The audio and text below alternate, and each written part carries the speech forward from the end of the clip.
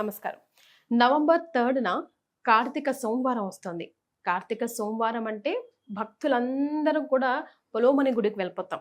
కానీ అసలు ఆ రోజు మనం పాటించవలసిన నియమాలు, చేయవలసిన ఆరాధన ఏ విధంగా ఉండాలి మనకు తెలియజేయడానికి ప్రముఖ ఆస్ట్రాలజర్ బ్రహ్మశ్రీ నందిబట్ల శ్రీహరి శర్మ గురుగారు ఉన్నారు. నమస్తే గురుగారు. వాగర్థావివ సంపృక్తౌ వాగర్థ ప్రతిపత్తయే జగతః పితరౌ వందే పార్వతీ పరమేశ్వరౌ ఆదిత్యాయ చ సోమాయ మంగళాయ బుధాయ చ గురు శుక్ర శనిభ్యశ్చ రాహవే కేతవే నమః. శృంగేరి జగద్గురు పీఠాధిపతులకి, కంచి పీఠాధిపతులకి నమస్కారములు తెలియచేసుకుంటూ కార్యక్రమాన్ని ప్రారంభిద్దాం. గురుగారు, కార్తీక మాసం అంటే హరికేశవులు ఇద్దరికి చాలా ప్రీతికరమైన మాసం కాబట్టి ఆలయాలన్నీ కిటకిటలాడుతూ ఉంటాయి. ముఖ్యంగా సోమవారం శివాలయాలు అయితే అసలు విపరీతంగా జనాలు ఉంటారు. కానీ మనం వెళ్ళినప్పుడు ఊరికే అలా దండం పెట్టుకుని రాకుండా, అర్చనాది కార్యక్రమాలే చేయించుకోకుండా అసలంటూ ఏం చేయాలి, ఎలాంటి ఆరాధన చేయాలి ఒక్కసారి గుర్తు చేయండి గురుగారు. తప్పకుండానమ్మా. కార్తీక సోమవారం అంటే అందరికీ గుర్తొచ్చేది దీపదానము, సాలగ్రామ దానము. వీటితో పాటుగా కార్తీక సోమవారాలు నియమాన్ని పాటించడం అని అందరికీ తెలిసిందే, ప్రేక్షకులకు అందరికీ కూడా. అసలు కార్తీక సోమవార వ్రతం అనేటువంటిది ఎలా చేయాలి అని అంటే, ఆషాఢ మాసంలో వచ్చే మొట్టమొదటి సోమవారం నుంచి మొదలుకొని కార్తీక మాసం ఆఖరి సోమవారం వరకు నియమాన్ని పాటిస్తూ, అంటే ప్రతి మాసంలో వచ్చే సోమవారాన్ని నియమాన్ని పాటిస్తూ ఈ విధంగా కార్తీక మాసం వరకు చేసేదే కార్తీక సోమవార వ్రతము అని అంటారు. అంటే ఏం చేయాలి గురుగారు నియమం అంటే? తప్పకుండా. అయితే ఇప్పుడు ఎట్లాగో చాలా మంది ప్రేక్షకులు ఆషాఢ మాసం దాటిపోయింది కాబట్టి సశాస్త్రంగా చేయాలంటే వచ్చే సంవత్సరం వరకు వేచి చూడాలి. కానీ ఈ ఉన్నటువంటి కార్తీక మాసంలోనైనా కానీ ఈ వ్రతాన్ని గనక ఆరాధన చేసినట్లయితే తప్పకుండా శివానుగ్రహం కలుగుతుంది. కార్తీక సోమవారము యొక్క విశిష్టత పరమేశ్వరుని అనుగ్రహం. ఎందుకంటే శివాజ్ఞ లేనిదే చీమైన కుట్టదు. అటువంటి పరమేశ్వరుని యొక్క అనుగ్రహం కలిగిందనంటే, అంటే ఆయన అనుగ్రహము ఒక కోటి భాగం అనుకుందాం. ఆ కోటి భాగములో కోటి కోట్ల భాగము మన మీద పడితే మన తరతరాలు ఆనంద సుఖభోగ భాగ్యాలతో వర్ధిల్లుతాం. అందులో సందేహం లేదు. అటువంటి భాగ్యము పరమేశ్వరుని యొక్క అనుగ్రహం. అంటే ఊరికే ఇస్తారా? మనము ఏదన్నా ఒక కష్టపడి ఒక 100 రూపాయలు సంపాదించాలంటే కష్టపడితే వస్తుంది, కానీ కళ్ళు మూచి కళ్ళు రాగానే ఇట్లా చేయబెట్టంగానే 100 రూపాయలు రావుగా. మరి అటువంటిదే ఇంత ఉన్నప్పుడు పరమేశ్వరుణ్ణి మనం మెప్పించాలంటే ఎంత నియమాన్ని పాటించాలి. ఇక్కడ భక్తిని ప్రదర్శించడం కాదు, భక్తి భావంతో ఉండడమే అని చెప్పవచ్చు. కాబట్టి కార్తీక సోమవారం రోజున ప్రధానంగా పరమేశ్వరుని యొక్క అనుగ్రహాన్ని పొందే ప్రయత్నం చేయాలి. ఈ యొక్క 3వ తారీఖు 2వ కార్తీక సోమవారం అయింది. బ్రహ్మముహూర్త కాలంలోనే నిద్ర మేల్కొని బ్రహ్మముహూర్త కాలంలోనే స్నానం ఆచరించాలి. కైలాస మానస సరోవరంలో సప్తకాంతి పుంజాలు బ్రహ్మముహూర్త కాలంలో వచ్చి సరోవర నదీ స్నానం ఆచరించి తిరిగి కైలాసానికి వెళ్ళి ఈశ్వరుని అర్చిస్తాయి. అందుకే 7 కాంతి పుంజాలు దిగుతాయి, 7 కాంతి పుంజాలు మళ్ళీ వెళ్ళిపోతాయి. అది ఇప్పటికీ జరుగుతుంది అది. కాబట్టి 3 గంటలకల్లా లేచి కాలకృత్యాదులు తీర్చుకొని ఎవరైతే, అంటే ఇది చేయాలని నియమము, ఆరోగ్య పరిస్థితులు అనుకూలించిన వాళ్ళు సూర్యోదయం కంటే ముందైనా కానీ చేయవచ్చు.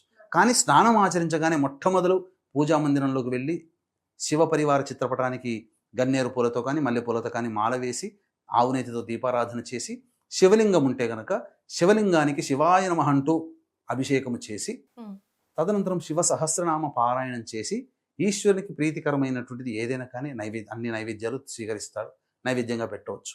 ఇక ఉషః కాలములో సూర్యోదయం కంటే ముందు, సూర్యుడు రాకముందు ఎరుపు వర్ణం ఉంటుంది కదా, ఆ సమయంలో తులసి చెట్టు దగ్గర చక్కగా శుద్ధి చేసుకుని స్వస్తి గుర్తు, శంకుచక్ర గుర్తులు వేసి, అష్టదళ పద్మం వేసి, అన్నిటి దగ్గర గంధ పుష్ప అక్షతలతో పూజ అలంకరణ చేసి, ఆ అష్టదళ పద్మ మధ్యములో దీప ప్రమిదను ఏర్పాటు చేసుకొని 3 ఒత్తులు వెలిగించి విష్ణు సహస్రనామ పారాయణం చేసి 2 అరటిపండ్లు, ఆవు పాలు లేదా దానిమ్మ పండు నైవేద్యంగా పెట్టాలి.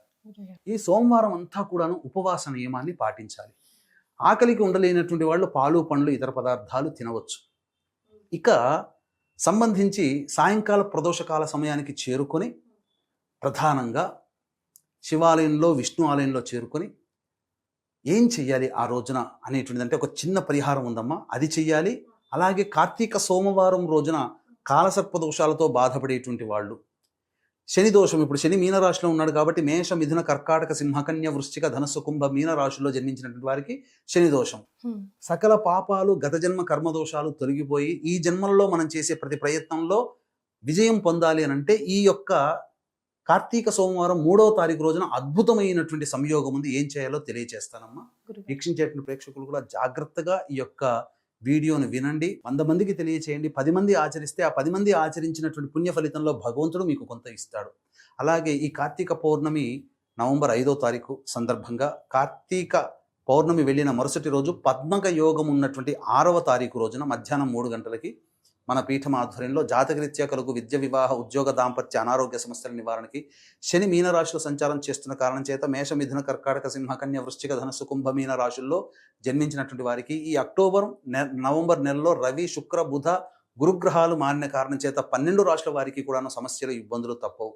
కాబట్టి ఇట్టి దోష నివారణార్థమై 6వ తారీఖు రోజున మధ్యాహ్నం 3 గంటలకి సర్వదోష నివారణ పూజలు, హోమాలు జరిపించి శక్తిపాతం చేసినటువంటి కరుంగలి మాల ఇవ్వడం జరుగుతుంది. 6వ తారీఖు రోజున మధ్యాహ్నం 2 గంటల లోపల మీరు గోతనామాదులు నమోదు చేసుకోవచ్చు. స్క్రీన్పై కనిపిస్తున్న నెంబర్కి కాంటాక్ట్ చేయండి. ఇక ప్రధానంగా ముందుగానే ఆ రోజు శివనామస్మరణ అంతా కూడా చేసుకుంటూ మధ్యాహ్నం నిద్రపోకుండా ఉండి ప్రదోషకాల సమయానికంటే ముందే కాలకృత్యాదులు తీర్చుకొని ఆ లోపల మారేడు పత్రాల మాల, తులసి మాల తీసుకోవాలి. గురుగారు.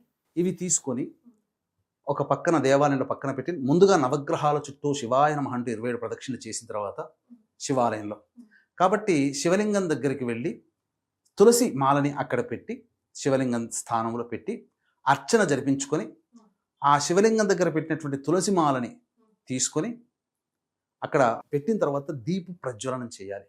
ఓకే.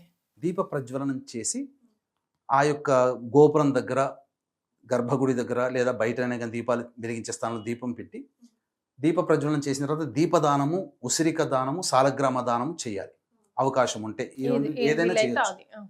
ఇక అయిన తర్వాత మళ్ళీ విష్ణు ఆలయానికి చేరుకొని ఆ విష్ణు ఆలయంలో తులసి మాల ఆ విష్ణువుకి సమర్పించి ఆ విష్ణు దగ్గర మారేడు దళాల మాల పెట్టి అర్చన జరిపించుకున్న తర్వాత మళ్ళీ ఆ విష్ణు ఆలయంలో దీప ప్రజ్వలనం చేసి అక్కడ కూడా అవకాశం ఉంటే ఉసిరిక దానము, దీపదానము, సాలగ్రామ దానం చేయవచ్చు. తరువాత ఆ మారేడు దళాల మాల తీసుకుని వచ్చి ఈశ్వరికి అర్పించాలి. ఈ విధంగా కనుక చేసినట్లయితే శివకేశులకి అనుగ్రహం సంపూర్ణంగా కలుగుతుంది. మరి ఒక గొప్ప విశేషం ఏంటంటే ఈ కార్తీక సోమవారము ఉత్తరాభాద్ర నక్షత్రము, త్రయోదశి తిథి మరియు సోమవారం అయింది. ఎంత గొప్ప కలయిక వచ్చిందనంటే ఉత్తరాభాద్ర నక్షత్రం శని భగవానుడి యొక్క నక్షత్రం, మీన రాశిలో ఉంటుంది. అది గురు రాశికి, కాబట్టి జ్ఞానాన్ని ప్రసాదించేటువంటి స్థితి. ఇక త్రయోదశి తిథికి అధిపతి రుద్రుడు, సోమవారం ఎలాగో ఈశ్వరుడే కదా. కాబట్టి ఈ రోజున ఉదయం 7:30 నుంచి 9 గంటల వరకు రాహుకాలం ఉంటుంది.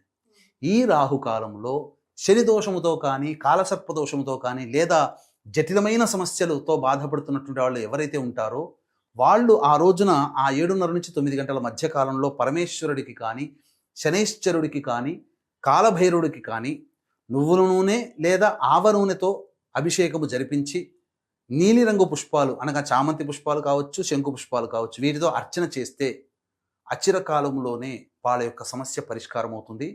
అసలు చెప్పాలి అనంటే మానవులకి ఎందుకు సమస్యలు వస్తున్నాయి అనంటే గత జన్మలలో చేసినటువంటి పాపకర్మ ప్రభావాలే ఈ జన్మలో సమస్యలు ఎదుర్కొంటాం. అనారోగ్యమైన సమస్యలైనా అటువంటివి అనుభవించడానికి గ్రహాలు ఏ ఏ స్థానాల్లో ఉంటే మనం ఆ పూర్వజన్మ కర్మ ఫలితాన్ని అనుభవించే విధంగా గ్రహాలు సంచారం చేస్తున్నప్పుడు మనం జన్మించాలో రాసిపెట్టి ఉంటుంది. ఆ దోష ప్రభావం అంతా తొలగిపోయి అపసవ్య దిశలో అవయోగాన్ని కలిగించే గ్రహాలు మనకు శుభ ఫలితాలను ఇస్తాయి.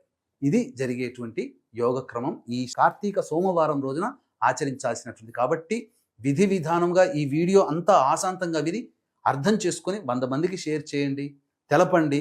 అందులో 10 మంది ఆచరించినా ఆ 10 మంది పుణ్య ఫలితంలో మీకు కొంత కలుగుతుందని చెప్పడంలో ఏమాత్రం సందేహం లేదు. అలాగే కార్తీక మాసంలో నవంబర్ 6వ తారీఖు రోజున పద్మక యోగం ఉన్నటువంటి సందర్భంగా మహిమాన్విత కాశీ క్షేత్రంలో జరిగే సర్వదోష నివారణ పూజల హోమాల్లో మీరు గోతనామాలు నమోదు చేసుకొని శక్తిపాతం చేసినటువంటి కరుంగలిమాలని పొందవచ్చు. చాలా సంతోషం గురుగారు. కార్తీక సోమవారాన్ని మేమంతా ఎలా సద్వినియోగం చేసుకోవాలో తెలియజేశారు. ధన్యవాదాలు. సర్వం శ్రీ ఉమామహేశ్వర పర బ్రహ్మార్పణమస్తు.